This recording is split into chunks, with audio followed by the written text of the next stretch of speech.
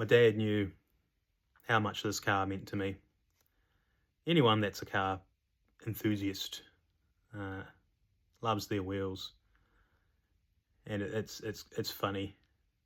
You know, when I passed the keys to her, to my girlfriend, and said, "Take the car home," Dad intervened and said, "No, no, I'll drive it for you. I'll drive it." You know, still unlocking what that meant, but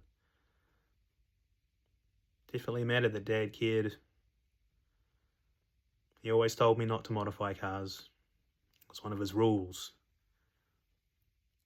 Probably for good reason. Drawing attention to yourself is not the smartest thing to do.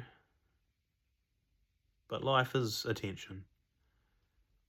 And the exhaust was loud. The car was fast. Fastest car I'd ever owned. I used to give one of my mates shit when I'd see him on the way to work each morning. When, the 300ZX twin turbo that he had, I'd try and sneak up on him, which was difficult because the exhaust on my car was ridiculously loud. But, it was fun just to antagonise him. He'd always give me shit at work, and his car was way, way more energetic than mine. I got to drive it years later. But the point being, I found myself in A&E, being told by nurses as they looked at my blood pressure, it was 2.5 times where it should be, that I was going to have a heart attack and or stroke. Just make peace with it. Get my family around me. We'll see what we can do for you, mate. As they drew blood. Gave me a blanket because I was freezing. Man, was I cold. Shortly after getting that blanket and having my nice big warm hoodie on my legs, nurse came over and looked at my temperature, confirming I had a kicking ass fever, and said, no, all of that comes off.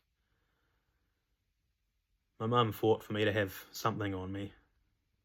The suffering, the coldness, what I now know as cricketing in my legs as both your feet rubbed together like this.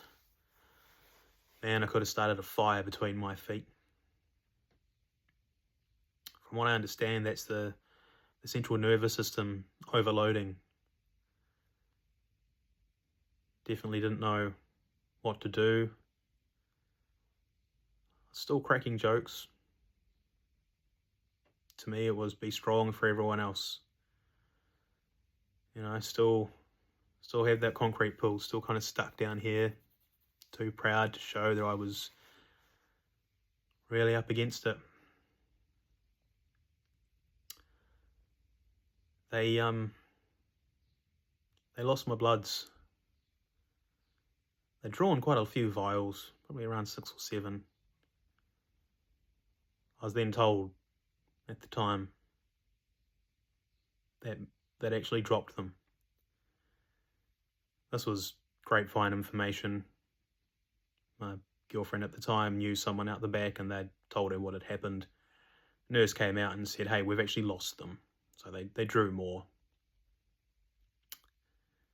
I stayed in A&E for about 8 or 9 hours, not knowing what was going on while they did their tests, observations, before they went, right, we're going to have to admit him. They would keep me there for ages trying to find a bed. Got to the point where it was late. I hadn't eaten. I wanted my family to go home. Don't fuss over me. Go get some rest. I'll be here in the morning. So they trundled me off to a bed. Found out pretty quickly that bed was in the psych ward in the hospital.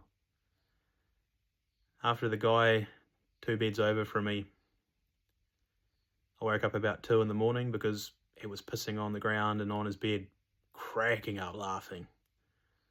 I was left wondering, where the hell was I? And what was I in for?